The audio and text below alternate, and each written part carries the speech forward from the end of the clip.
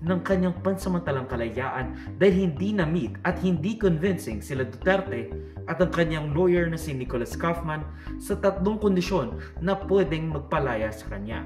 That the defense has failed to demonstrate that the Pretorial Chamber's assessment was unreasonable. Accordingly, the Appeals Chamber finds that the defense has failed to show that the Pretorial Chamber erred in its assessment. For these reasons, the third ground of appeal is rejected.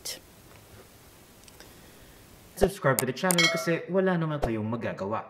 Pero kawawa naman yung matanda, di ba? He's like 95 million years old. Hindi mo pwedeng via humanitarian grounds na lang mapalaya siya. Kahit pansamantala lang na makapalaya si Duterte habang hindi pa dinidinig ang kanyang kaso.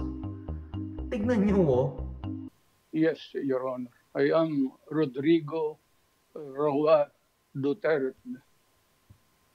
That's my first middle name is Roa.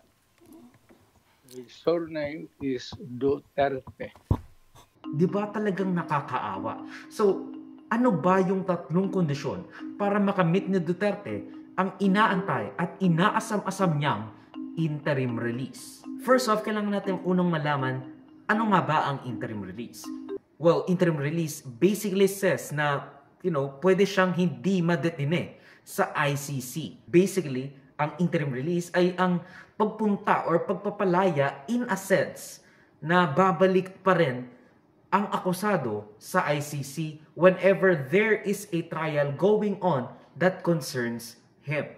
At yung interim release na yon, it doesn't really have to mean na kailangan dun sa pinanggalingan niyang country.